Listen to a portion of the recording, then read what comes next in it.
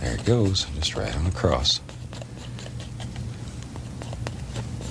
And try to keep this fairly straight. Don't let it get too crooked on you, it'll bother you. Your water run right out of the painting. You'll have to tie a bucket on one side to catch it. There we go.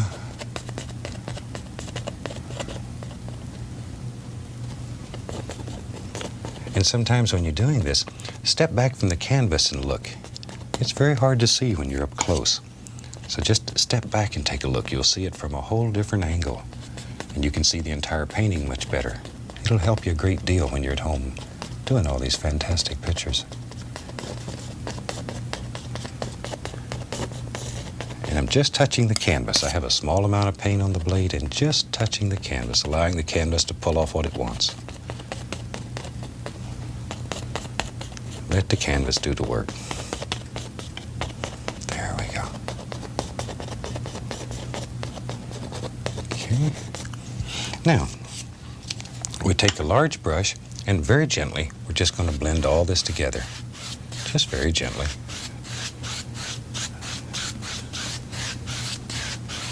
And if you want it to get a little darker, you just continue to blend. You can finally blend it till it's very, very dark. We don't want to lose all this nice color that we put in there, so I'm going to stop about here. Okay. Now, I'm going to add a tiny bit of magic white to my paint, just to thin it a little bit. And we can begin working on some very basic little wave structures here. And let's go back in here and just barely touch the canvas. Barely touch. Now, on one of the shows earlier, we did a seascape that was all in blue. That's a good exercise before you start this one. It'll give you confidence. And I knew you could. I knew you could. And let's put a little bit of highlight on that. And let's use, oh, how about burnt umber with a little bit of Van Dyke brown. Keep it quite dark. Don't want it to get too bright. And we touch and just sort of give it a pull like that. Just like so. Now, let's put a little more highlight. Maybe there's a little light striking there. So let's take a tiny little bit of yellow ochre and mix it right in there, just to lighten the color. I've mixed it right in with the same color and just barely touching. Just let that paint just barely grab and come right on around. There we are. Make it look like old stones and rocks. And we can take a little bit of dark color and just really make it look old. There. And that's basically how we make a little lighthouse. Now we need some land for it to stand on. Don't want it to fall off in the water and make a big splash. So we'll just have some land coming right there. Just like so. There we go. Maybe there's a little peninsula that goes out the lighthouse is sitting on. So all we're doing is just laying in some Van Dyke brown here to start our land.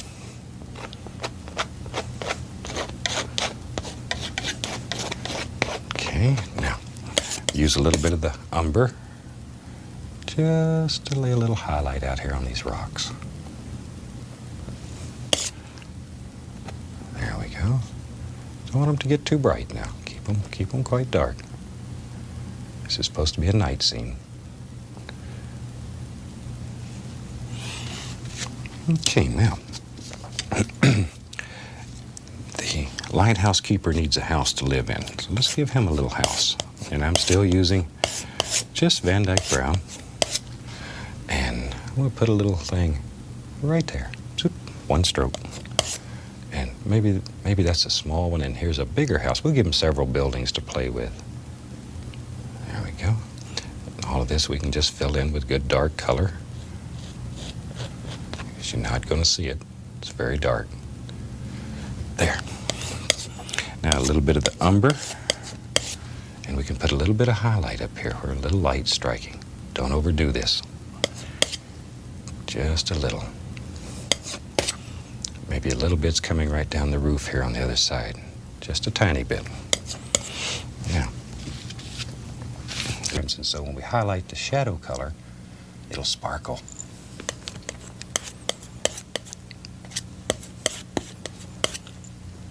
And a little bit right over in here. Just very basic, quiet little mountains that are way back in the background. A little bit of highlight over here in the shadow. There. Okay. Now we can take a clean, dry brush, and all we're going to do is begin tapping this bottom at first. Just tap it, and then lift upward. I want to pick up some of the yellow that's underneath here. There we go. Just follow the angles that you have in the mountain. We'll add a tiny bit more of the yellow onto the brush here. Just want this mountain to softly, softly disappear.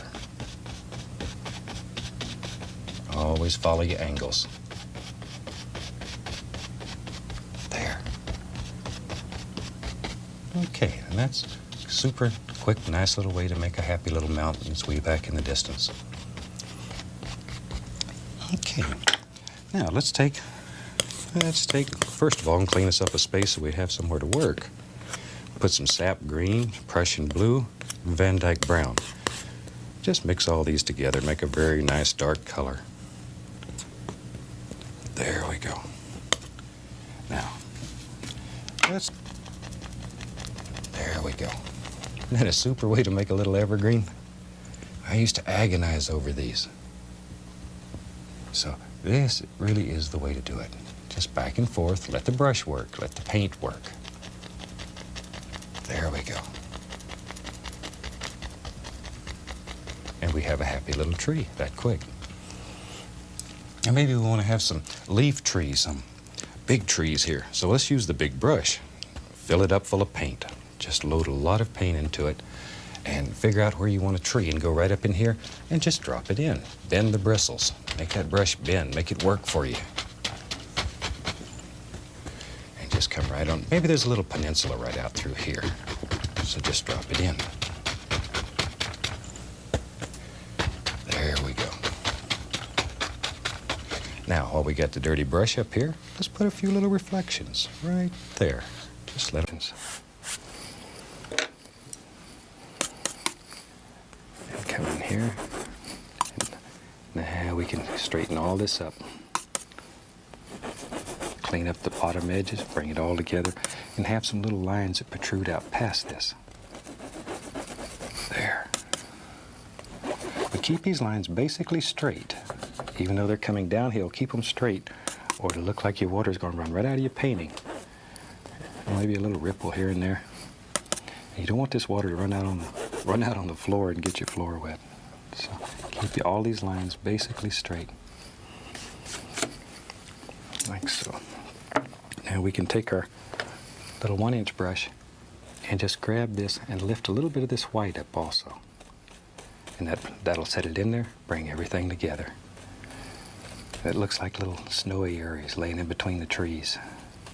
And it sort of gets lost in there. You can't tell which one's which or whatever.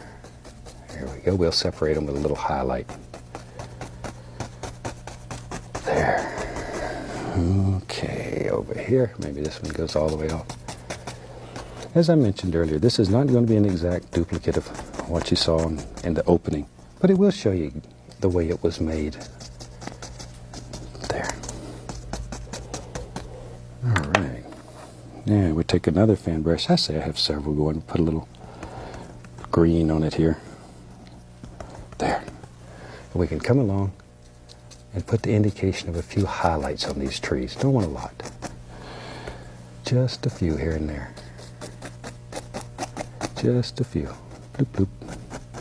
See them? And this is where you pick out your individual limbs and separate them, is with these highlights. Little on this one. Don't want him left out. All right, let's go over here on the other side. Put a few little ones over here. There we go.